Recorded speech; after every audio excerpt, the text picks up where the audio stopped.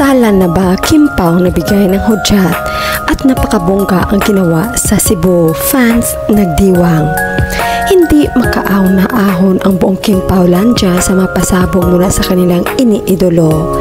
Kamakailanlan ay excited post mula mismo sa producer ng serye ng The Alibay.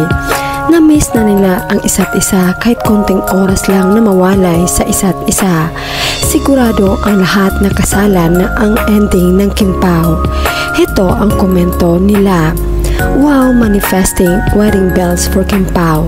Katulad din ni Jesse Mendiola at Luis Manzano, ang Kim Pao several wedding muna after a year, church or garden wedding na. So the soonest na sana Kim at Paolo, hoping and manifesting for Kim Pao church wedding next year na. Love you more. Manifesting natin yan mga ka-Kim Pao para masaya tayong lahat pag kinasal na ang idol natin na Kim Pao.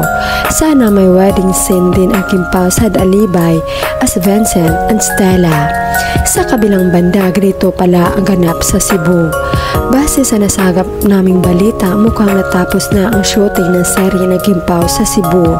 Sa nalaman naming impormasyon, nagpalit siya na raw si Kemi sa buong production team noong nakaraang Sabado at nag-treat din ng iba't ibang foods si Paolo Avellino. Ikalawang beses ito ng palitson sina Kim at Paolo Avellino. Ang una ay noong natapos ang cycle 2 ng shoot.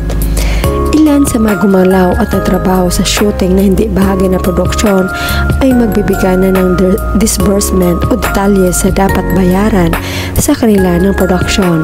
Wala pang impormasyon kung may shoot pang gagawin ang Kim Pao dito sa Manila, pero sa ngayon magagawa na ng Kim Pao, lalo na si Kim, ang mga endorsement nito na hindi niya mabigyan ng atensyon sa taping ng serye. Playdate naman ang hihintayin kung kailan ipapalabas ang ikalawang TV project na ito na Kim Cho at Paolo Avellino. Pero mailan nang nakapanood ng teaser ng serye at ngayon buo na check na ang paggawa naman ng trailer ang pagkakaabalahan ng creative team. Kaya ngayon mas magiging abala ng Kim Paulandia para sa sanib-pwersa nilang programa para maipapromote ang serye ng kanilang idol. Gaya ng paanda ng maraming fans sa nakaraang first team-up movie ng Kim Pao, pwede na magsimula ang Kim Paulandia ng program kung paano nila matutulungan ang promo sa bagong serye ng Kim Pao.